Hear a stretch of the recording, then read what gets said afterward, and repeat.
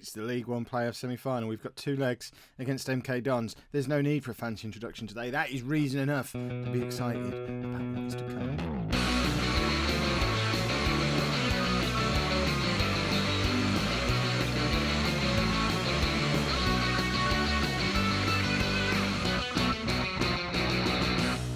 Hello and welcome to part 8 of Up the Posh. I'm Kev, and coming up on today's episode, I just told you that before the music. You've forgotten?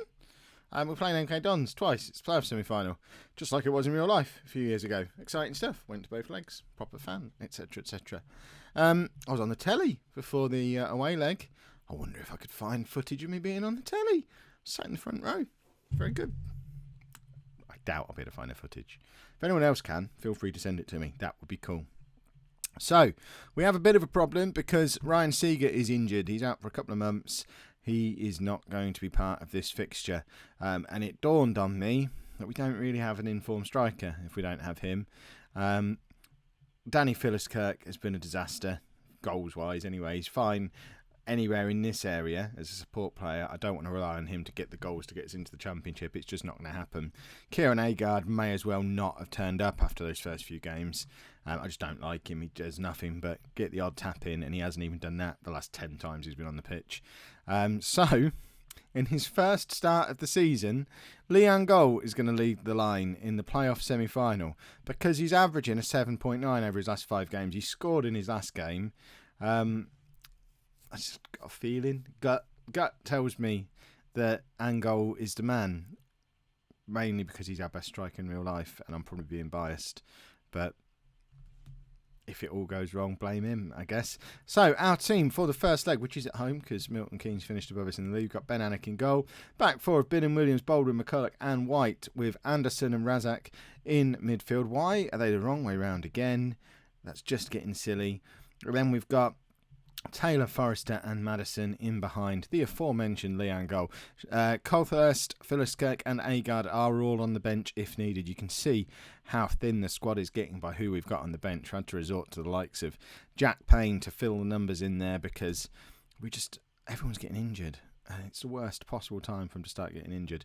It also means Seeger's not going to finish as top scorer in the league because he's injured and won't be able to add to his 22 goals, so he's just going to finish second. Maybe. I mean, there's still... Zach Clough could go past him yet, I guess. I don't think Rochdale or Southend are involved in the playoffs, but Bolton certainly are, so he might not even finish second yet.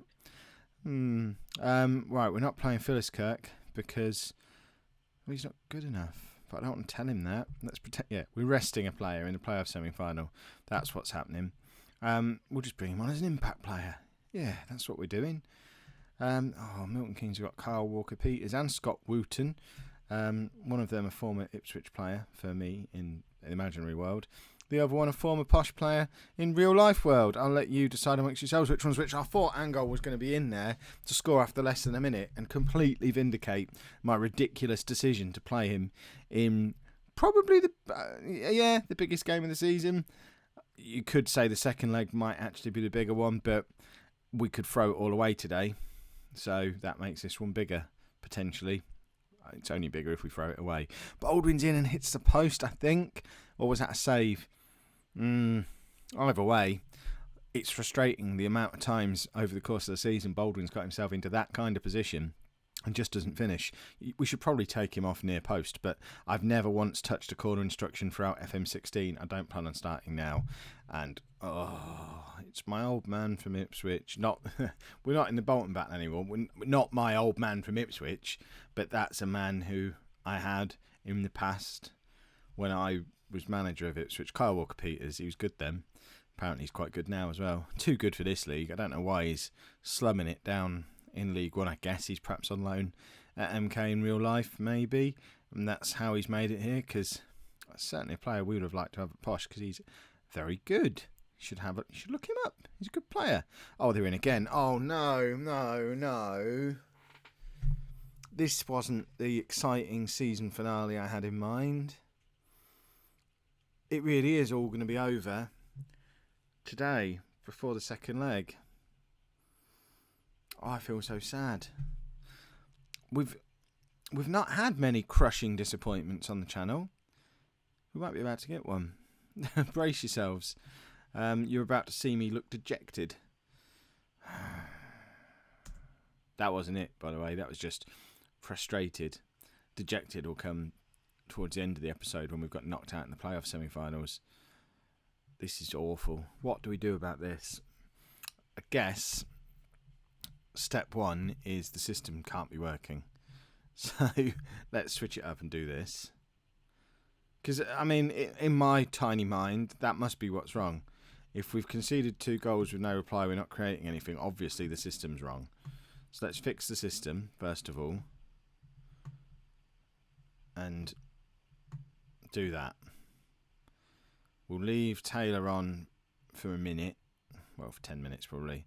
And then probably look to bring on Agard. We spent all that money on him. We may as well give him a game. We've got Agard and Phyllis Kirk, who probably should both be coming on in this kind of situation, because it's over £1 million worth of striker between the two of them. And, yeah, we should probably get him on the pitch. That being said, Coulthurst, who's on the bench as well, is £500,000 before my time, though. I wouldn't have spent that money on him. Not very good. But he cost more than Agard did. White is going the wrong way. You are going the wrong way, Hayden White. And, I can feel the fans getting on my back. Get the ball forward. Right, Forrester finds Razak. We've got a goal back. This is not over yet, boys and girls. Abdul Razak makes it 3. And look, that's a beautiful through ball from Forrester. That's through the eye of the needle. And there's 2 players over there queuing up to finish. Razak and Angol were both ready to tuck that one away. And if we can just nab another one now, going back to Milton Keynes with a draw, although far from ideal, is a much better situation than we looked like we were going to be in a few minutes ago. So we bring Agard on. I think I'm looking for ways to bring Phyllis Kirk into the game. I think he's going to come on for Jermaine Anderson. Can he play there? No. Actually, I know he can. We'll do that. And just have Forrester roaming from a little deeper. So now we have got the money on the pitch. There must be goals in that front 3. Oh, Angol's shattered. Why didn't I notice that before? I think he's taken a knock. Razak intercepts, but Phyllis Kirk is just slow to react to it, and White's been beaten to the ball there as well. Why are we second to the ball all of a sudden? And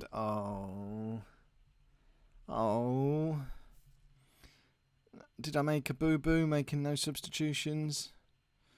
Have I weakened the midfield by dropping Forrester back into the thick of it and taking Jermaine Anderson off with all his energy and getting all over the placeness, which I think is a technical term for what he does? Oh, where is a goal? We need 2 goals. We need 3 goals, really. We need to be going back there with a win. This is poor. Oh, don't score again. Oh, there is so much work to do before the second leg of this tie. Yes, that was a disappointment. I am going to apologise to the fans because it was awful. And I'm genuinely gutted. Just going to do the second leg while I have a little cry. It might be becoming apparent from my selection of players in the attacking quadrant that we're just running out of players. We've picked up too many injuries. We're changing the system around today. We've got to try something a little bit different. They just took us apart in the last game. So we're going to the 4-3-1-2. So it's a midfield of Razak, Bostwick and Anderson, with Forrester in behind Angol and Taylor up front, with the options to bring on Phyllis Kirk or Coulthurst if needed. But, I mean, I've dropped Agard completely because he was just useless again when he came on. I get the impression he doesn't want to be here. I've just decided I don't like him, inexplicably. I don't know why. But it's clouding my judgment, so we've got to get him out of the way. And why not play Angol in his second start of the season after he was so impressive in the first leg? And we're playing Taylor up front from the start for the first time as well, because we just don't have any other options. We needed Seeger not to get injured, and that's really derailed our season, even more so than the Skugel injury, because at least with Skugel we had the ready-made replacement in Chris Forrester, and Anderson able to come into the rest of the midfield to replace Forrester. With Seeger we just had no backup. I thought we had that man in Agard, but we just don't. Right, Forrester finds Taylor. Can Taylor... We can't be affording to miss chances like that. That's a clear-cut opportunity. We're not going to get many of them today. and we have goals that we need to make up. I don't know if away goals count and all these shenanigans, but even if they don't, we need 2 goals without reply, and they will reply. So we've got to score goals, and we're just not doing it yet. Oh. There's nothing on the bench that inspires any confidence that we can go out there and get a result. We could bring Maddison on and go to the 4-2-3-1 again, but it didn't work in the last game. At least we're not conceding goals today with the extra body in midfield, but we're not creating. Well, I say we're not creating anything. We've had the one clear-cut chance of the game until right now. That's it. It's all over. That's not a tear in my eye. It's just hot in here. Hot near my eye. It's this lamp. These lamps are massive. They make your eyes sweat. Oh, that's just disgusting. I can't believe how much my eyes are sweating. This is silly. I'm so upset. It's all over. I'm not really crying. It's genuine eye sweat, honest. Right. I mean, I'm too shell shocked to even make any changes. I don't know what to do. I'm out of my depth. We're not getting promoted. Taylor has just missed another good opportunity. That's his second clear-cut chance of the game. He's not scored either of them. How things could have been different if it was Seeger playing in that position, or even Agard, because he wouldn't have missed that second one certainly. Phyllis Kirk comes on for Taylor. Maddison comes on for Forrester. I mean, if that combination gets us back into this game, I officially retire from Football Manager because I don't understand it anymore. It's not going to, don't worry. There's no retirements here. They're in again. Anik makes the save. How was that a clear-cut chance? It was from the tightest of tight angles. McCulloch does well to head. He's developed into quite a good defender as the season's gone on. We don't talk about him very often, but it's because he just quietly goes about his business and doesn't make a lot of mistakes. We don't need to talk about him. He's only a defender after all. He just has to stand there and head and kick the ball away occasionally, because that's all defenders are. There you go. We'll take off Boswick and just switch those 2 around, because I think that works a little bit better. See, we've got Lee Angol, Jack Payne, both on the pitch in a game like this. I know it doesn't sound like much. There's only 2 players, but they're not first reserves in their positions. You know, we've got serious issues in midfield and up front that unfortunately have just caught up with us at the end of this season. Oh, that's a real shame.